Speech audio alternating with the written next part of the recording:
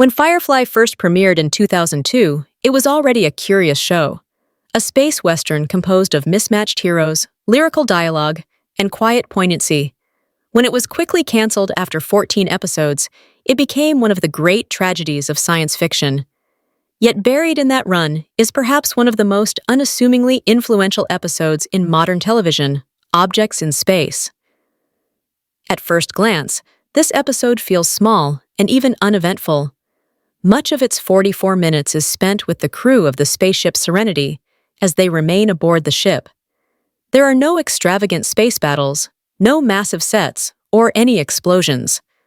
Long before Breaking Bad or The Mandalorian perfected the bottle episode, Firefly attempted to use a single set to consider concepts like consciousness, identity, and the very notion of belonging. Objects in Space becomes a contemplative gem. It takes one setting, a handful of characters, and one invader, and turns it into a meditation on perception itself. River Tam, the gifted and broken girl who sees the world through her fractured mind, is the focus of the episode. The story, rather than being about action, is less like an action plot, but a dreamy one. Every corridor and whisper is pregnant with meaning. Written and directed by Whedon, he uses the Spartan setting to explore how people perceive one another and how they perceive themselves when distractions are removed. This is not only the best episode of Firefly, this is the moment television science fiction grows up. Objects in Space begins like a classic bottle episode. Everything takes place inside Serenity, the cruise containing the story within the ship. He forces every character to confront the reality of their world. No longer do the tight passages and floorboards creak, suggest the limits of setting and budget, but the entrapment of the crew. Each is an exile made by their own choice, hiding not just from governments and enemies, but from their own lives that left scars. The Serenity is not just a ship, it is a floating home, an ark for the broken. This episode transforms that haven into a reflection.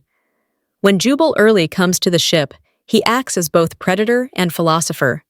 He is tranquil, poetic, and deeply contemplative. Instead of barging in with guns blazing, he moves through Serenity like an explorer might be studying a new specimen, and he interacts with objects and makes comments on them. Through his eyes, for River, whose psychic perception collapses reality and thought, Early is her shadow double. Both are characters who dwell on the edges of what the average human understands. The bottle format allows Whedon to discard the more routine science fiction spectacle and isolate the psychological contrasts. The ship becomes a stage, and objects become props in a play regarding consciousness. Over the course of 44 minutes, Firefly presents an idea that hints that science fiction can be as much about inner space as outer space. River Tam is the youngest crew member, a prodigy damaged by government experiments that made her psychic and unstable. Throughout the show, River has been both the mystery and the key. Here, Whedon finally lets the viewer inside her point of view. The opening scene is quiet, haunting. River walks through the ship, picking up objects and hearing the crew's thoughts. For a fleeting experience, the audience gets to experience what it is to be too conscious of the excessive degree of social awareness. Additionally, this actively shifts the perspective, and therefore, the structure of the episode. Instead of adhering to the crew's plan, the story adheres to River's consciousness, as it would have in real life. This action is more philosophical than procedural. The pacing of the episode slows down to a comfortable, but as a result, extreme degree. Enough that in this process of being conscious and reflective, the silence becomes the most compelling part of the story. River's voice, like the one being broadcast on the ship's intercom, achieves a near-divine quality. When Early looks for her, River speaks to Early as if she has fully merged with the ship herself. "I see you," she states, her voice ringing out in the passageways. That semblance reverses the usual scenes and roles of the chase. The prey is now the universal observer. For a second, Firefly is no longer space opera, but existential theater. River identifies with Serenity, suggesting that awareness can spread.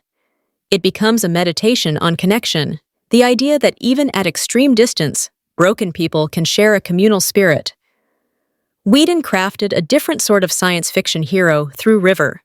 Her struggle has very little to do with defeating the enemy, as it does with comprehending what it means to inhabit a chaotic universe. The subtle shift from conflict to comprehension marks a turning point in television narrative. It foreshadows the place of contemplation that will help define Battlestar Galactica, Westworld, and The Expanse. This episode rethinks how television does stillness. For most of Firefly, the rhythm is fast. Witty banter, gunfights, space chases. Here, Whedon slows everything down. The long shots of empty corridors linger. Footsteps are louder than dialogue. The camera floats through the ship like it, too, is alive. Moreover, the sound design becomes as essential as the script to guide the audience through the emotional tides of the story. This inhibition builds tension not from action, but anticipation. Every action of Jubal Early has an almost purposeful, ritualistic feel. He doesn't raise his voice or threaten. More so, he whispers, observes, and ponders. However, when he finally decides to speak to Kaylee, the quality or timbre he uses is far more frightening than a weapon could ever be. Whedon reflects on power and vulnerability in these muted collisions. The lack of spectacle becomes a spectacle of suspense in its own right. The silence furthers character development as it exposes lies and truths among crew members. In moments of stillness, each crew member reveals a clarifying quality of their character in action and reaction rather than talk. The spatiality and buildup of time without talk altered the episode in a chamber piece in ambience and in build and in space centered around trust. The audience is situated to feel every heartbeat, every punctuating silence. In and through the work of Objects in Space, we see echoes of this new type of television, a dynamic form in storytelling where the silence and ambiguity work as its own normal type of dialogue and action. Prestige television. After Whedon constructed episode arcs entirely on silence and sound motifs as carriers of embodied experience from The Leftovers to Severance. When Firefly ends, Objects in Space becomes an unlikely conclusion. However, it demonstrates to future writers that character philosophy can have a life inside of genre storytelling without slowing the pacing of the narrative down.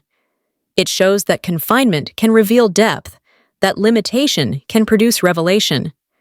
It's years later, and the DNA of this episode pops up everywhere. Battlestar Galactica uses psychological framing to turn space battles into moral debates. Doctor Who plays with minimalist episodes such as Midnight, where communication takes the place of spectacle. Even The Mandalorian and Andor embrace this rhythm, episodes that stop to allow characters to think, to doubt, or simply to be. The Bottle episode, which originally came from a place of saving money, becomes an art form, in part thanks to Firefly's much misunderstood finale. Objects in Space also remakes the representation of women characters in science fiction. River Tam is both a delicate and transcendent character, symbolically mixing mind and feeling. She doesn't defeat by threat. She defeats by awareness. Her emotional and perceptive insight saves the ship, changing what heroism looks like in a genre that is traitorous to its ideals and long defined by soldiers and scientists. The episode ushers in the possibility of a different kind of sci-fi protagonist, a character who recognizes that mind itself may be the last frontier. Today, as audiences are embracing the slow, deliberate, complex, and contemplative tradition of sci-fi, Firefly's final episode feels prophetic, a predictor of thoughtful television in the sci-fi genre, proof that emotional intelligence creates tension just as much as laser cannons and spaceships. 2 decades later, Objects in Space seems to anticipate future creativity. It takes arguably Firefly's smallest story and makes it the largest and the most profound. The episode takes one ship, a small cast of characters, and some overlapping lines of quiet philosophy, and it lets the medium of science fiction begin to dramatically explore storytelling in a completely different way. Meaning is not only determined by the scale of spectacle, but it also emerges from the silence between the words. In a genre based on speed and noise, Firefly's last episode chooses to be calm.